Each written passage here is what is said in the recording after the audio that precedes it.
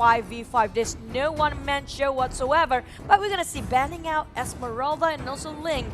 Will they ban out Volley for the side of Siren Clan, or will they pick something up as well? I'm not entirely sure because, you know, we've seen Indonesian teams pick up Valir as a first pick, and we haven't seen, you know, a counter pick as of yet that really like punishes the drafting phase so far. Hopefully Siren Clan have an answer to it, but coming in to the next ban here, BIGETRON decided to get rid of Selena. Definitely a lot of respect for Fenrir here, who is, you know, the designated Selena player.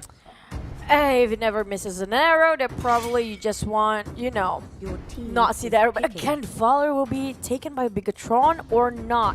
Because if they actually gonna take Valor again, it's gonna be a hard early game. And they have to think about getting the good early game hero, not overexpose himself into being poke damage in the mid lane especially. We don't want the same thing happen twice in a row now, do we? Well, I think that BIGETRON has to make a very big decision here because their first pick is going to determine a lot of things. It's either they flex pick this into something more flexible so they can design their comp later on, or they can go straight away for locking in a Kaja just to be like, okay, we want to play hyper carry anyway, we might as well stick to our guns. But it looks like BIGETRON have gone for the flex option. They actually picked Uranus last game as well, and this time it's gonna be Atlas. I'm hoping please somebody just pick value from the side of BIGETRON lineup because oh no, they have to match. Is it gonna be the same lineup just like last game, or will they ban out later on because it wasn't a first pick value back then? Agreed, it wasn't a first pick Valir here, and I think, you know, BIGETRON, this is very like them. They pick a Uranus to go into the top lane just because they know it's a brick wall that you can't really get past. However, the punish to that is actually banning it out within the first phase and then leaving up some of the bigger picks. However, Siren Clan is on red side and they can't afford to give Brands Ling or Claude, so I can totally understand BIGETRON sticking to their guns. They lock in the Farsa, they lock in the Kaja. Because they don't want Farsa on that side, because why, when you have Fatal Link combo with that Feather Airstruck, you pretty much have nowhere to go and not enough land to run with, because it's just impossible with that huge AoE dropping that bomb on your team. So will they try to counterpick this? I mean, I think BIGETRON was going for the, you know, the 300 IQ play, because now Siren Clan, even though they could pick up Valir for themselves, it is completely outranged. Oh, yes! No. Yes, I've girl! talked about this before. Yes. You know, I didn't expect to see Loy this early, probably in the next series, but you know what? Probably a lot of teams gonna pick Loy here today. We haven't seen that much for day one, and day two pretty much a 50-50, but when it comes to day three, we'll see something new here today. For sure, for sure. I definitely agree. And Siren Clan, really good smart band here, getting rid of the Jawhead, making sure that, you know, Loi or any one of their marksmen has a good time and they don't have to worry about somebody just running at them from a different angle. But, you know, Loi can either be your saving grace or it's a hell of a ride, because if you miscalculated the transportation, oh, don't worry. That's what they have Atlas for. Atlas be like, suck them in and boop, teleport real quick. Yeah, but if you don't go in sync, then it's gonna be... they can handle it. Can we talk about the real issue here? What? Ace has some really sexy legs. Do you see his... You know, I tried to not actually look that direction. I know Ace has a girlfriend, but I understand why she chose him. Look at those legs, bruh. So those a are girl some chooses slender... man over legs now. I'm telling you, those are some attractive legs right there. You know, if you ask me, I'm kind of hesitant to answer if that a male or female pair of legs. That's the best part. With that shorts, I'm confused. I love snuggling up to someone and not knowing what gender they are based on their legs. You know what I'm saying? That's creepy, man. But yep, there you go. That's a full lineup coming up from side up. No, stop you, BIGETRON. Oh, they changed it to Xbox. Sorry, it's gonna be.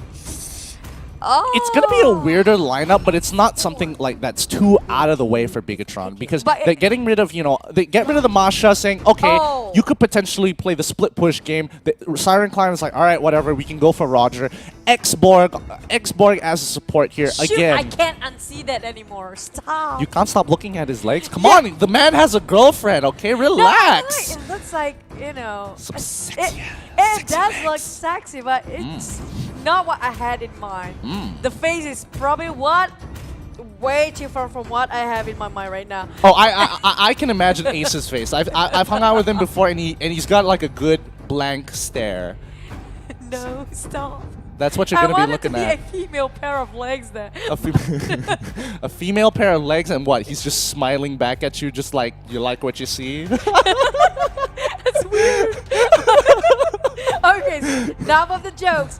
Roger just now for the last pick of MM/Fighter. So do you think that's kind of solid for the side of Siren Clan and also BIGETRON Esports? This time their draft is a bit unique. Yeah, I think Siren Clan's draft in particular is really, really unique here, using Lori in a very interesting way, and hopefully they can wombo combo it to make the difference. However, if they keep making the same mistakes like they did in game 1, they're gonna get put behind, and that's not something you want to do, especially with such a snowbally composition with Farsa on top of having Brands onto the Lancelot. He wants that snowball. He wants those stacks of Bounty Hunter. And right now we're looking at both teams are playing very safe. They are learning from their mistake here. Siren Clan not showing their face way too much, not exposing their position as well. So what they're trying to do this time is not being taken that poking damage coming up from the side of BIGETRON way too deep into the. Oh, he tried to steal it away. Oh, that's a lot of damage coming up from Loyi himself. Yeah, and you can see how the adaptations have actually worked here. You can see the quick rotations with Thomas and Beef. He knows that he can't really win the lane against Uranus, but he's playing towards that mid side of the map, which is really, really smart here. And not to mention that, you know, Fenrir is going to be their main support mage as of right now, while Oh Dear Bambi is put in that carry role. And he isn't playing with Bounty Hunter as well, so he's dependent on getting that extra EXP and gold from the jungle. Well, Siren Clan has been adapting very fast. I'm talking about how they rotate all 4 men just on in mid. Ambus trying to get on the kill here, but still not enough. He still need a level 4. Yeah. We do know that Gushin, if he doesn't hit level 4, it's kind of going nowhere with the kind of skills for now. Yeah, and Gushin also took for the extra added. Oh no, looks like Fenrir got caught out, but he was able to flicker out in time. KYY is there to try and pick up the kill. Bravo as well with the Flame Strike. Already gets them really, really nice and low, allowing him to just run him down. His Firaga armor is still up online. Oh, nope, just broke. And now he's going to continue the chase onto Ambus, who has maximum heat on top of him. Ambus could potentially one-shot Bravo, but he does not have his Shadow Blade Slaughter. Oh no, Ace! He wasn't able to get the recall off, and now Alice is gonna hit the chopping block. Oh, that's just unlucky. Do you think Loyi should be on mid here, or is supposed? I do prefer Ambus to be in mid though. Well, I think that we all have to understand that, you know, Siren Clan is playing very mid-oriented, and Gushin isn't known to be a side laner, you know? So it's BIGETRON identifies, hey, Gushin's actually is super diveable, super easy to catch off, and he doesn't have a lot of escape options. You know, we see the execute. He only has one ability that allows him to switch his play, to move, like have some kind of mobility. So they are looking to punish him as much as possible. Just notice BIGETRON, they are playing towards the top side of the map. So again, is it early phase game mistakes here they're making on the side of Siren Clan? They kind of learned from their last mistake by doing faster rotation this time, but it seems like they kind of off position for a bit on top of the crap just now. And down to BIGETRON, they have Divine Judgment and landing it straight to his Loyi as it's gonna be just reversing here. Bambi coming out with Roger out of nowhere, managed to punish them back, but at the same time, we're looking at Thomas and Beef on bottom lane, try to harass whatever he can on bottom side here, but it's not going to be enough. We do know Uranus is one of a hell of a tank and also a decent damage hero there. Yeah, very much a brick wall here, but they were able to get the turtle, which is the most important thing. Thomas and Beef indirectly was able to impact that because, yes, your brick wall is now a little weakened, a little chipped. You have to back off. You have to send more, you have to dedicate more resources with your members to actually take this turtle. And BIGETRON just thought, you know what, this isn't worth it. Oh, Fenrir here, dropping down big fat ult, but not enough to get the yin-yang passive to allow the mini stunts to go through. However, remember, Bigetron is playing topside, Siren Clan trying to make things happen down in the bottom. Is it just me, or I'm looking at Further having a little bit off position twice in a row here, especially on top of the crab just now for top lane. Oh, for sure. And now again in the jungle area. Well, bottom, I have to agree the fact that Lun or Thomas and Beef making a lot of damage to his target. The moment that Uranus backed off a bit, it just shows that they can get him killed. How big of a wall can you be when it's 4v1? The same goes for top here. They are exchanging, trading kills, balancing back whatever they have lost, and now getting the tower as well. A bit slow for towers on bottom lane. Siren Clan try to do as fast as they can, but it's not going to be as fast as Bigetron Esports, which got themselves a tier 2 tower already. Yeah, that tier 2 tower passive definitely bought a lot of time for Siren Clan to make things happen across the map, and they were willing to sacrifice it apparently, so they're going to be behind a little bit of gold, but that doesn't mean Siren Clan is completely out of the game just yet. Oh, but yep, they are progressing on one lane particularly, but can it be enough? I'm talking about the moment they shut down these timers, it's going to be a problem for Siren Clan because nobody going to push the side lanes. But at the same time, they are buying a lot of farms and time for Bambia here as well. But you put in mind that they don't have any marksmen on the side of Bigetron Esports. Yeah, but they scale very, very nicely into the game. I mean, Bigetron, they might not necessarily have a marksman, but they're depending on brands on that Lancelot to one-shot a lot of the squishier members. Like Ambus is susceptible, Roger is susceptible, and, you know, Loryu especially is susceptible to Lancelot as well. So I can understand where Bigetron is coming from. Not to mention they have a lot of snowball potential with KYY and Bravo. Dreams just being the catalyst to do exactly that. But as long as Siren Clan play this nice slow game, ooh no, they get caught out once again by Dreams. They have to respect the Kaja. I called it. But you know what? Yeah, Tam is kind of nowhere to be seen. I'm still waiting for the combo of Luo Yi and also Ace, Atlas, Feather Link out there for that diversion versus plus Feather Link to be, you know, out in the open. But it's like they never get themselves a good position to start with.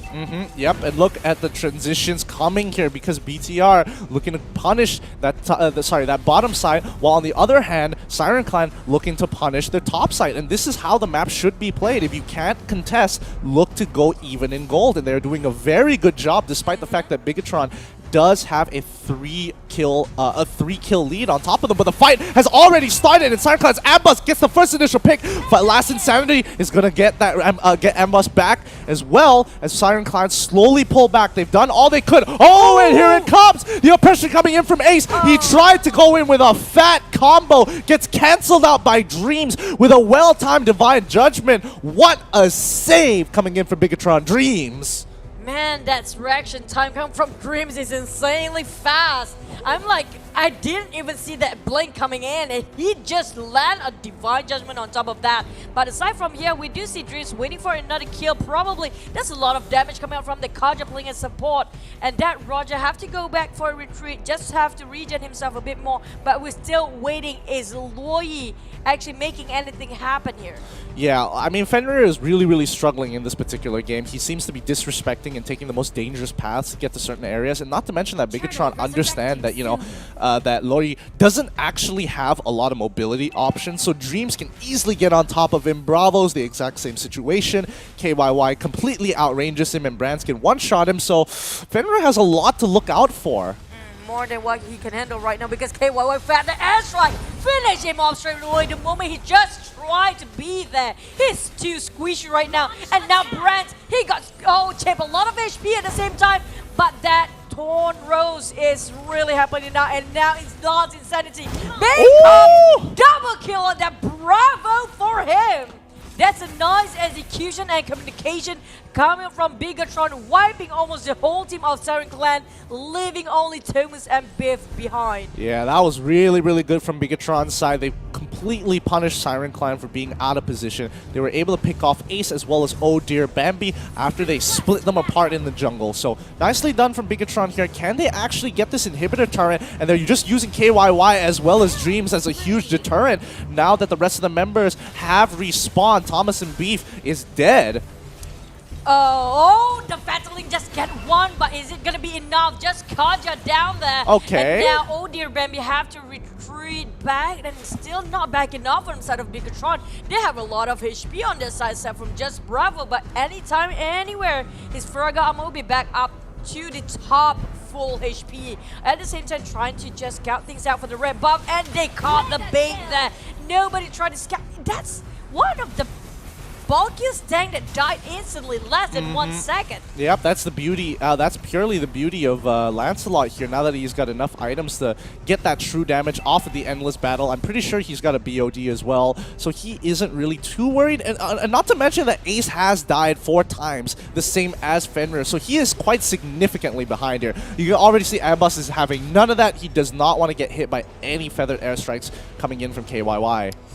Now I feel bad for Fenrir, because the moment he just shows his face, he has nowhere to go and nowhere to run, because basically if it's not better airstrike, it's going to be the Lancelot coming up for him as well. But Bravo tried to bait things out, trying to get all the ultimates onto him, while let the rest of the team does their work. They're looking to the lane side. They are pushing it quite far ahead, and now going for the Lord straight away, not wasting any more time. Brent's just gonna go for the starting it off first, and the rest of the team will follow up behind. They're trying to scout things out for the Farsa, and also the Taka from the back. Only 2 of them, Bravo and Brent.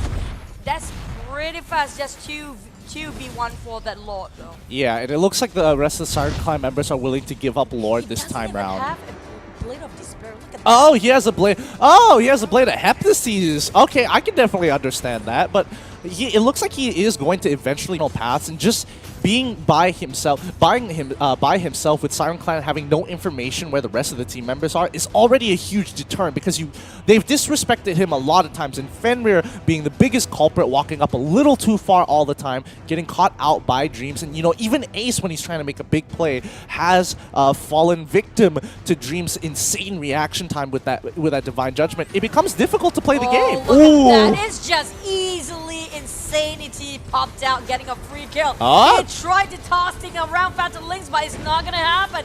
And then just thrown, pushing by BIGETRON bit by bit. Inhibitor towers normal for the mid lane. Fenrir going down so fast, still managed to survive in the very last minute. Pop his immortality, Bravo still surviving, and he's still just making it hard for the side of Siren Clan. They less than what they have, only 3 men left, will still have all 5 men on side of BIGETRON Esports pushing in, and this is just tough to watch.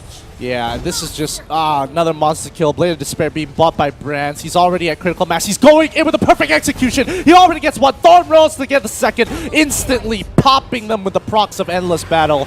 GG, well played to BIGETRON. Flawless execution. Well